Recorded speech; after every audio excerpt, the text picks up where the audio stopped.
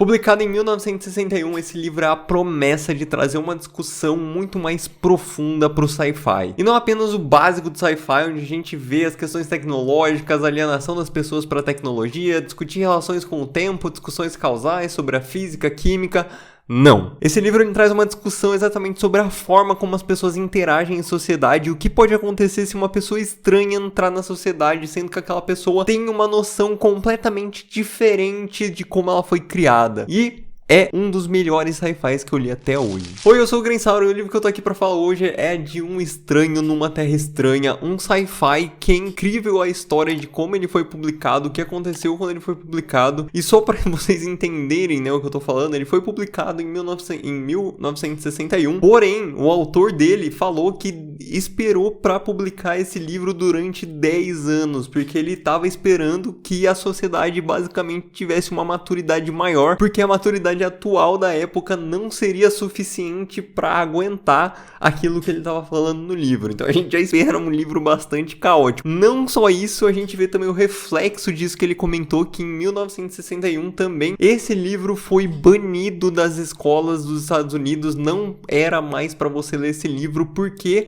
a população basicamente estava associando o livro com um cara que criou um culto, né, lá nos Estados Unidos, que foi o Charles Manson, né? Tem vários documentários, eu não vou entrar na história porque não é o que convém aqui hoje sobre o Charles Manson, mas você pode dar uma procurada. Mas então, só para você ter uma noção dos temas que esse livro trata. E é exatamente pelo livro trocar em temas sensíveis, como por exemplo religião, exatamente sobre a construção e a base sólida que a religião tem, inclusive o espaço capital que a religião vai tomando, o espaço monetário. Então assim, ele pega muito nesse ponto e a gente sabe que quando a gente fala de religião, grande parte da população tende a olhar com maus olhos, né? Porque é simplesmente um ponto frágil da sociedade. Mas enfim, nesse livro a gente acompanha a história do Valentin Michael Smith, que vai ser referido durante todo o livro como Smith, ou também como o Marciano, né? E ele é um estranho em uma terra estranha, porque basicamente a história de como o Smith chegou no planeta Terra é que o pessoal mandou meio que uma sonda para colonizar, entre aspas, Marte, porque achava que Marte não tinha ninguém morando lá, e aí descobrem uma sociedade lá em Marte e acaba que esse estranho numa terra estranha, ele é um filho de duas pessoas que foram com essa sonda, então ele é um humano criado pelos nativos aí de Marte. E aí então eles voltam, vai uma outra sonda lá em Voi pegar esse marciano, trazer ele de volta pra Terra. E aí, obviamente, acontece muito rebuliço, acontece muita coisa ali de você ter que esconder o Smith para não mostrar para a sociedade, para não deixar que a sociedade veja quem realmente é o marciano, né? E aí até existe todo um rolê de você ter meio que um ator contratado que vai interpretar esse marciano para as redes, né? E existe também toda essa discussão em cima do discurso político, do discurso jornalístico, né? Da mídia, enfim, como a mídia propaga esse tipo de informação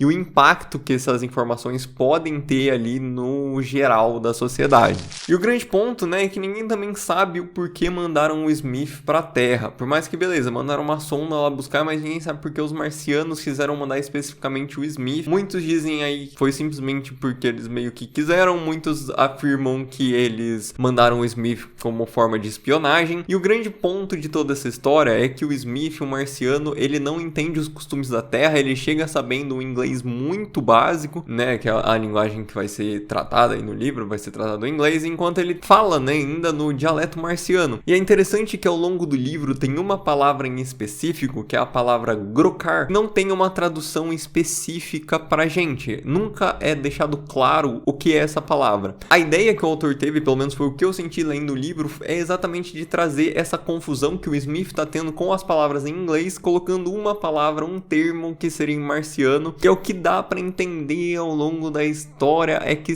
grokar seria você entender, assim, tipo, eu groco isso, sabe? Então, não estou aqui pra discutir a analogia da palavra grokar, até porque não teria como, porque ela não existe especificamente, né? Deixa bem aberto aí, até porque, por exemplo, mais pro final do livro, eles vão começar a falar, o Smith começa a falar para as pessoas, você groca Deus. E aí fica nessa abertura, né? Porque isso é um pouco da religião que o próprio Smith vai trazer pro planeta Terra. É um pouco confuso essa parte, mas é necessariamente pra ser confuso, sabe? Não era pra não ser confuso, porque é a discussão de todo o livro, né? Então é interessante ver como o autor, ele traz essa questão do próprio leitor ficar confuso confuso com aquilo que tá sendo escrito no próprio livro. É muito legal isso. Bom, então basicamente a história a gente acompanha o desenvolvimento desde a fase, vamos dizer aí que o Mike Smith, ele é uma criança, até a gente tem a evolução dele para um adulto, digamos assim, né, a fase da adolescência, depois vamos dizendo que a gente tem a fase do adulto dentro da própria sociedade humana, e aí para isso acontecer a gente tem toda uma, porque o livro não é só isso, né, existe uma trama além disso, que é que o Mike, é que falam muito do Mike lá, enfim, né, que é o nome que chamam ele além de Smith, mas que basicamente ele tá num hospital onde ele tá sendo protegido pelo governo americano, e aí tem uma enfermeira que é a Jill, que é uma grande personagem aí da história, que ela vai entender, vai conversar, vai gostar ali do Mike no sentido mesmo afetivo de querer cuidar, né, ela como uma enfermeira, ela quer cuidar daquele paciente, e aí ela começa a ver que ele tá sendo meio que mantido como em cativeiro ali, não tá sendo tão bem tratado, tão dopando ele pra não deixar com que ele conheça o mundo, não tão querendo deixar com que ele conheça o mundo, né, de nenhuma forma, porque eles têm medo exatamente da repercussão que tudo isso vai causar na sociedade. Porém, a Jill, entendendo que ele tem os direitos dele, inclusive ele é um grande herdeiro de uma fortuna milionária que ficou dos pais dele, né, que foi pra Marte, e aí meio que agora essa fortuna é dele e o governo não tá querendo ensinar ele que ele tem aquelas vantagens, né, dentro da sociedade. Então a Jill, ela vai com um amigo dela, jornalista, tentar bolar um plano pra tirar ele ali do hospital. E é exatamente depois que eles conseguem, né, tirar o Mike do hospital que realmente a história da evolução do Mike começa. Obviamente, a gente também tem essa segunda história onde o pessoal do governo tá tentando encontrar, né, de forma meio que secreta o Mike, usando ali aquele decoy, né, que seria o marciano falso que eles mostram na televisão. Então a gente tem essa narrativa também além da narrativa central, que é exatamente o desenvolvimento do Mike. Inclusive isso faz bastante parte do desenvolvimento do Mike, que é exatamente onde ele vai aprender, por exemplo, sobre as legislações, é onde ele vai começar a entender o sistema monetário da Terra, por exemplo, que lá em Marte não existe. Lá o que ele fala bastante é que existem, por exemplo, os anciões. Essa também é uma outra discussão que tem no livro, que é um tema assim um pouco mais delicado, que é exatamente sobre a morte, porque para os marcianos não existe muito essa ideia de morrer, eles simplesmente escolhem quando eles vão meio que tirar a alma do próprio corpo e virar um ancião, é meio que isso. Você escolhe o ponto e você fala, aqui já deu para eu viver, e é isso. E o tempo que ele tem, né, a percepção de tempo que eles têm é muito diferente da nossa, né, eles vivem muito mais, eles têm uma paciência muito maior do que o que a gente teria, né, tanto que é uma das coisas que o Mike comenta, é que os humanos, eles querem tudo pra ontem, a todo